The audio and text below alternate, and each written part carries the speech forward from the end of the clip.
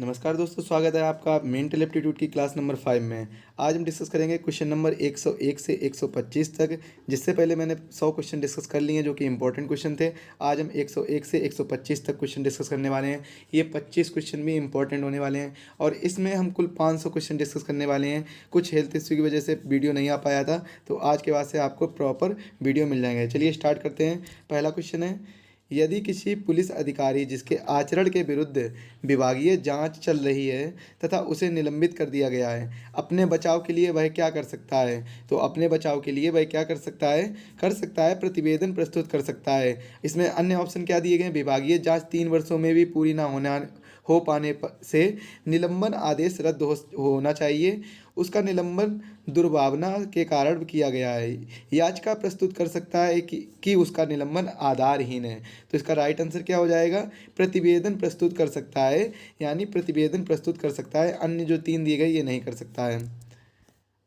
102 number question है, police सेवा में निम्न में से किन गुणों की अपेक्षा की जाती है? पुलिस सेवा में निम्न में से किन गुणों की अपेक्षा की जाती है? ईमानदारी व निष्पक्षता की, साहस और समर्पण की, सद्व्यवहार और सदाचार की। तो इन सभी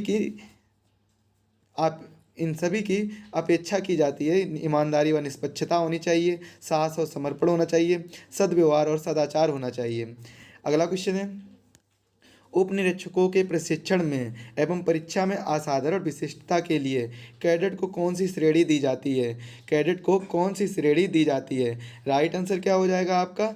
जेड श्रेणी दी जाती है। उप निरीक्षकों के प्रशिक्षण व एवं परीक्षा में असाधारण विशिष्टता के लिए कैडेट को जेड श्रेणी दी जाती है। नेक्स्ट क्वेश्चन है, यदि पीड़ित व्यक्ति पुलिस थाने पर अपनी पुत्री के अपहरण की रिपोर्ट लिखवाने गया, थाना प्रभारी ने उसकी रिपोर्ट नहीं लिखी, ऐसे में उसे क्या करना चाहिए? राइट आंसर क्या हो जाएगा? रिपोर्ट का संक्षिप्त विवरण डाक द्वारा पुलिस अधिकारी को भेज देना चाहिए। अगर कोई भी पुलिस, जहां पर आपके थाना आसपास का थाना है, वहां पर कोई भी पुलिस अधिकारी रिपोर्ट नहीं लिख रहा है, तो आपको उसका संक्षिप्त विवरण पोस्ट के द्वारा जो पुलिस अधिकारी होते हैं, जैसे एसपी हो गए या फिर अन्य कोई बड़े अधिकारी हो गए, इनके पास आप पोस्ट ऑफिस के द्वारा भेज देना चाहिए और इनका जो एड्रेस है वो आपको गूगल पर मिल जाएगा। अगला क्वेश्चन है, बलात्कार के अभियुक्त की चिकित्सीय परीक्षण उसकी गिरफ्तारी के बाद किस चिकित्सक से कराना चाहिए? राइट आंसर क्या हो जाएगा? सरकारी अस्पताल के रजिस्टर्ड मेडिकल प्रैक्टिशनर से कराना चाहिए। जो भी देखिए, जितने भी हैं हमारे जो प्रोफेशन होते हैं, कुछ मेडिकल का प्रोफेशन होता है, टीचर का प्रोफेशन होता है और वकील का प्रोफेशन होता है, यानी एडवोकेट का प्रोफेशन होता है। इन लोगों की जॉब नहीं होती, इन लोगों की प्रैक्टिस होती है। ये सभी लोग प्रैक्टिस पर डिपेंड करते हैं। जितना ये ज़्यादा प्रैक्टिस करेंगे उतना ही ज़्यादा अपने करियर में आगे बढ़ेंगे। तो इसीलिए प्रैक्टिशनर बोला गया है, रजिस्टर्ड मेडिकल प्रैक्टिशनर से। तो इनकी जॉब नहीं होती है, तो ये लोग प्रैक्टिशनर होते हैं। ये प्रैक्टिस करके आगे बढ़ते हैं। जैसे आपने देखा, वकील भी अपनी प्रैक्टिस के दौरान ही आता है। कोई डिस्ट्रिक्ट कोर्ट में जज है, इसके बाद में ही वो क्या बन जाएगा? हाई कोर्ट में जज बन पाएगा। जब हाई कोर्ट में जज या वकील बनने के बाद में ही वह सुप्रीम कोर्ट में जा पाएगा। जब यहाँ से प्रैक्टिस करेगा तब यहाँ पर पहुँचेगा, यहाँ प्रैक्टिस करेगा तो यहाँ पहुँचेगा, और यहाँ प्रैक्टिस करने के बाद में मुख्य न्यायाधीश भी बन सकता है अगर वो एज क्वालिफिकेशन करता है और राष्ट्रपति के सही अनुमान से रहता है। अगला क्वेश्चन है, यदि आपके पड़ोस के मकान से आधी रात में चीखने चिल्लाने की आवाज़ें आ रही हैं तथा फायर भी पता चल रहा है, तो आप क्या करेंगे? राइट आंसर क्या हो जाएगा? तुरंत पुलिस को फ़ोन कर सूचित करेंगे। तुरंत ही पुलिस को फ़ोन करेंगे और सूचित करेंगे। अन्य जो ऑप्शन दिए गए हैं ये बहुत ही अजीब से ऑप्शन दिए गए हैं। अपना फ़ोन बंद कर देंगे, तो ऐसा तो बिल्कुल नहीं करना है। सुना अनसुना कर देंगे, ये भी नहीं करना है। और अपने प्राण संकट में नहीं डालेंगे। हालांकि ये सही बात है, अपने प्राण संकट में मत डालिए, लेकिन पुलिस को तुरंत ही सूचित कर दीजिए। इसके बाद में अगला क्वेश्चन है, सवार पुलिस के सिपाहियों व अधिकारियों के प्रशिक्षण में क्या उपयोगी कार्य सिखाए जाते हैं? राइट आंसर क्या हो जाएगा? तलवार भाले का प्रयोग सिखाया जाता है, सेरिमोनियल ड्रिल सिखाई जाती है, घुड़सवारी भी सिखाई जाती है। जितने भी सवार पुलिस के सिपाही होते हैं, सवार पुलिस मतलब समझ रहे होंगे, जो भी परेड वगैरह करते हैं, इन लोगों को कहा जाता है सवार पुलिस। तो इनके जितने भी सिपाही होते हैं तो इनको सभी चीज़ें सिखाई जाती हैं। तलवार भाले का प्रयोग सिखाया जाता है, सेरिमोनियल ड्रिल चलाना सिखाई जाती है, इसके बाद में घुड़सवारी सिखाई जाती है। ये सभी चीज़ें सिखाई जाती हैं। अगला क्वेश्चन है, पुलिस पुलिस व्यवस्था का कर्तव्य क्या है? तो पुलिस व्यवस्था का कर्तव्य क्या है? अपराधियों को सजा दिलाना, अपराधियों को पकड़ना, व्यक्ति को न्याय दिलाना, ये सभी पुलिस व्यवस्था के कर्तव्य हैं। नेक्स्ट क्वेश्चन है, समाज में पुलिस की छवि किस प्रकार की है? समाज में पुलिस की छवि किस प्रकार की है? राइट आंसर क्या हो जाएगा? निरंकुश छवि है, ना कि अपराधी की छवि नहीं है, लोक हितैषी की भी छवि नहीं है, और इसका राइट आंसर क्या होगा? निरंकुश छवि है। पुलिस विभाग संविधान की 7वीं अनुसूची की किस सूची का विषय है? तो यह राज्य सूची का विषय है, स्टेट लिस्ट का विषय है। और स्टेट लिस्ट में कितने आते हैं विषय? तो स्टेट लिस्ट में पहले 66 थे, अब लेकिन इस समय 61 विषय आ रहे हैं। पहले इसमें कितने विषय थे? 66 विषय हुआ करते थे, लेकिन इस समय 61 विषय आ रहे हैं। अब यहाँ पर समवर्ती सूची, संघ सूची दी गई है, तो ये तीनों सूची किस में दी गई हैं? 7वीं अनुसूची में दी जाती हैं। 7वीं अनुसूची में ये तीनों सूचियाँ दी जाती हैं, और इसमें क्या होता है? समवर्ती सूची में स्टेट और सेंट्रल गवर्नमेंट को, सेंट्रल गवर्नमेंट और स्टेट गवर्नमेंट को, दोनों लोगों को वो होता है, अधिकार होता है कि दोनों लोग कानून बना सकते हैं। संघ सूची में केवल सेंट्रल गवर्नमेंट को अधिकार होता है कि इसमें केवल सेंट्रल गवर्नमेंट कानून बना सकता है, जबकि राज्य सूची में केवल स्टेट गवर्नमेंट का अधिकार होता है, इसमें केवल स्टेट गवर्नमेंट ही कानून बना सकता है। इसके बाद में अगर हम और जानने की कोशिश करेंगे तो सेंट्रल गवर्नमेंट और स्टेट गवर्नमेंट ये दोनों आपस में अलग संबंध रखते हैं, लेकिन अगर सेंट्रल गवर्नमेंट कोई कानून बनाता है तो स्टेट गवर्नमेंट को वो कानून मानना पड़ेगा। ऐसा नहीं है कि जैसे सरकार ने 2000 का नोट चालू किया है तो कोई स्टेट मना कर दे कि मैं ये नहीं चालू कर सकता हूँ, तो ऐसा नहीं। अगर सेंट्रल गवर्नमेंट भी कोई कानून बना रहा है तो ये स्टेट गवर्नमेंट के ऊपर बाध्य होगा, इसको मानना पड़ेगा। नेक्स्ट क्वेश्चन है, राज्य में आपराधिक गतिविधियों को रोकने की जिम्मेदारी किसकी है? राज्य में आपराधिक गतिविधियों को रोकने की जिम्मेदारी है राज्य सरकार की। अगर कोई भी राज्य जहां पर आपराधिक गतिविधियां हो रही हैं तो उसकी जिम्मेदारी राज्य सरकार की बनती है कि इसको रोकें, और किस तरीके से रोकें, चाहे पुलिस व्यवस्था लगा कर रोकें या स्पेशल ऑफिसर हायर कर दें, तो किसी भी तरीके से रोक सकते हैं। तो आपराधिक गतिविधि को रोकने की जिम्मेदारी है राज्य सरकार की। भारत सरकार में प्रथम बार राष्ट्रीय पुलिस कमीशन की स्थापना कब की गई है? भारत सरकार में प्रथम बार राष्ट्रीय पुलिस कमीशन की स्थापना कब की गई है? राइट आंसर क्या हो जाएगा इसका? वर्ष 1977 में भारत सरकार में प्रथम राष्ट्रीय पुलिस कमीशन की स्थापना की गई थी। नेक्स्ट क्वेश्चन आ रहा है, अपहरण के अपराध के लिए जिसमें फिरौती की मांग की गई हो, सजा का प्रावधान है। सजा का प्रावधान क्या है ये बताना है आपको। राइट आंसर हो जाएगा मृत्युदंड या आजीवन कारावास, और जुर्माने का प्रावधान है।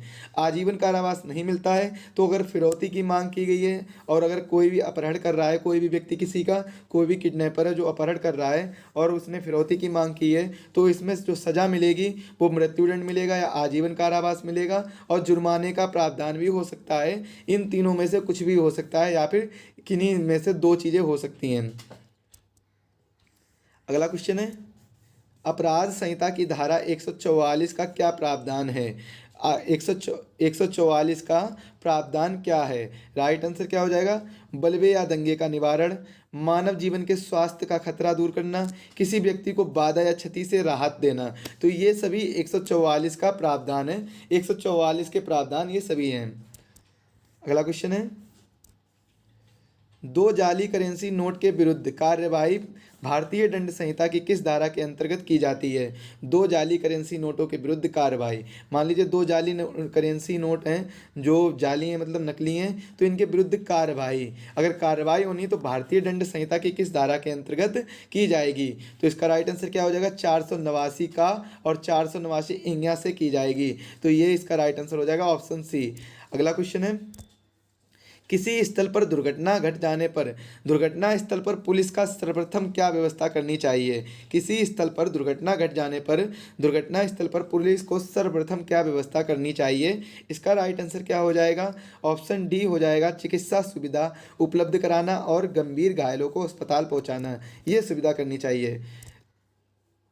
अगला क्वेश्चन है, जातिवाद को समाप्त करने में कौन सा कारक सहायक नहीं है? कौन सा कारक सहायक नहीं है? राइट आंसर क्या है? जाति व्यवस्था को बढ़ावा देना। जाति व्यवस्था को बढ़ावा देना ये कारक सहायक नहीं है।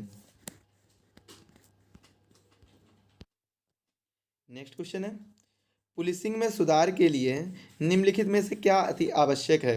पुलिसिंग में सुधार के लिए निम्नलिखित में से क्या अति आवश्यक है? पुलिस को जनता के प्रति सद्व्यवहार करके लोगों का विश्वास जीतना, ये बहुत ज़्यादा आवश्यक है। यहाँ पर एक ऑप्शन डी दिया गया है, बी तथा सी। इसमें देखिए क्या दिया गया है, थाने में आने वाली हर शिकायत या घटना की रिपोर्ट अंकित करना, पुलिस की का रात्रि में सड़कों व मोहल्ले में गश्त करना। तो सबसे ज़्यादा जो इम्पोर्टेंट है वो ऑप्शन सी है, तो इसका राइट आंसर क्या हो जाएगा? ऑप्शन सी इसका राइट आंसर हो जाएगा। अगला क्वेश्चन है, सांप्रदायिक सौहार्द मजबूत बनाने के लिए क्या करना चाहिए? सांप्रदायिक सौहार्द मजबूत बनाने के लिए जातीय संगठनों पर रोक लगाना चाहिए, क्योंकि कोई भी जातीय संगठन पर जब तक रोक नहीं लगेगी तब तक सांप्रदायिकता का बहाव नहीं आएगा।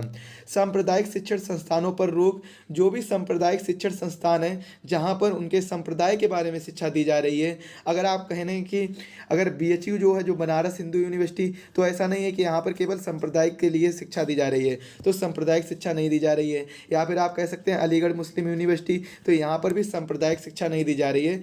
जो भी हमारे सांप्रदायिक शिक्षा होते हैं, शिक्षण संस्थान होते हैं, वहाँ पर सांप्रदायिक शिक्षा नहीं दी जाती है। जबकि वहाँ पर क्या होता है, जो लैंग्वेज होती है, जैसे उर्दू हो गया, तो ये एक प्रकार की भाषा है, ना कि इसमें ये बताया जाता है कि इस्लाम धर्म सबसे ज़्यादा है। संस्कृत और हिंदी एक प्रकार की भाषा है, इसमें भी ये नहीं बताया गया है कि हिंदू धर्म बहुत ही ज़्यादा विद्वान है या फिर आगे है, तो ये इनमें नहीं बताया गया। तो इनकी शिक्षा क्यों दी जाती है? क्योंकि ये एक प्रकार की भाषाएं हैं, ना कि ये धर्म को बढ़ावा देने वाली चीज़ें हैं। तो सांप्रदायिक साहित्य पर भी प्रतिबंध लगाना चाहिए। जो भी सांप्रदायिक साहित्य हैं इन पर प्रतिबंध लगा दीजिए, तो ये समझ लीजिए सांप्रदायिक सौहार्द मजबूत बन जाएगा। मतलब क्या है कि लोग जाति और धर्म को नहीं मानेंगे, सबसे ज़्यादा देश को मानेंगे। अगला क्वेश्चन है, किसी भी दुर्घटना, आकस्मिक घटना अथवा गंभीर अपराध की सूचना मिलने पर पुलिस को निम्नलिखित में से क्या करना चाहिए? राइट आंसर क्या हो जाएगा? ऑप्शन ए, कोई भी कार्रवाई करने से पूर्व वरिष्ठ पुलिस अधिकारी के घटना स्थल पर पहुंचने की प्रतीक्षा करनी चाहिए।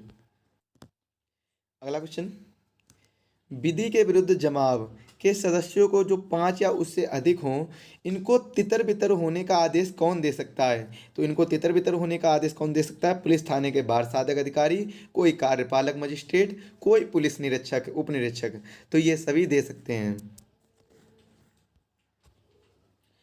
नेक्स्ट क्वेश्चन है, सांप्रदायिक दंगों के घटने का कौन सा कारण सहायक है? वोट की राजनीति, हथियारों की बिक्री, गलत अफवाहें। इसका राइट आंसर क्या हो जाएगा? ये सभी सांप्रदायिक दंगों के घटने का कारण है, बहुत प्रमुख कारण है। वोट की राजनीति, हथियारों की बिक्री और गलत अफवाहें, ये सभी सांप्रदायिक दंगों का कारण बनती हैं। अगला क्वेश्चन है, कानून एवं शांति व्यवस्था बनाए रखने के लिए पुलिस प्रशासन को क्या करना चाहिए? तो राइट आंसर इसका क्या हो जाएगा? उपरोक्त सभी कदम पूर्ण निष्ठा व निष्पक्षता से उठाना आवश्यक है। अब कौन कौन से कदम हैं? कैसा भी दबाव ना मानकर खुलकर पूरी ईमानदारी से कार्य करना चाहिए। थानों में भय का वातावरण पैदा ना किया जाए। लोगों की समस्याएं तहसीलों में, थानों में, अधिकारियों के कार्यालयों में प्रातः 10 से 12 बजे तक बैठकर सुननी चाहिए व उसका निस्तारण करना चाहिए। अगला क्वेश्चन है, यदि सभी नागरिक विभिन्न धर्मों का त्यौहार एक साथ मिलकर मनाते हैं तो किस प्रमुख समस्या का समाधान हो जाएगा?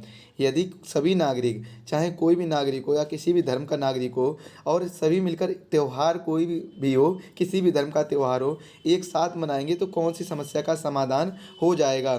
तो सांप्रदायिकता का समाधान हो जाएगा। लोगों में सांप्रदायिकता नहीं रहेगी। सांप्रदायिकता का मतलब क्या होता है? सांप्रदायिकता का मतलब होता है कि सांप्रदायिकता, कोई भी अपने आप को, अपने धर्म को उच्च नहीं मानेगा, सभी धर्म को समान मानेगा।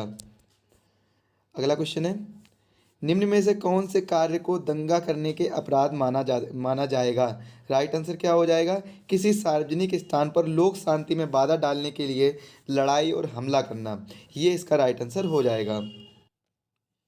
दोस्तों आज की वीडियो के लिए बस इतना ही। आज मैंने क्वेश्चन डिस्कस किए 25, और आपके टोटल क्वेश्चन हो गए 125, और बाकी के बचे हुए क्वेश्चन आपको जल्दी मिल जाएंगे, और इसकी PDF आपको व्हाट्सएप पे और टेलीग्राम पे ग्रुप पर फॉरवर्ड कर दी जाएगी। चैनल पर बने रहें, चैनल को सब्सक्राइब कर लें, और वीडियो पसंद आए तो वीडियो को लाइक करें, अपने सभी दोस्तों के साथ शेयर करें। और PDF पाने के लिए आप व्हाट्सएप कर सकते हैं 7905407400 पर। यहाँ पर PDF और नोट्स दोनों प्रोवाइड करा दिए जाएंगे, यहाँ से आप कॉन्टैक्ट कर सकते हैं। मिलते हैं अगले वीडियो में, तब तक के लिए धन्यवाद। सभी लोग स्वस्थ रहें, मस्त रहें।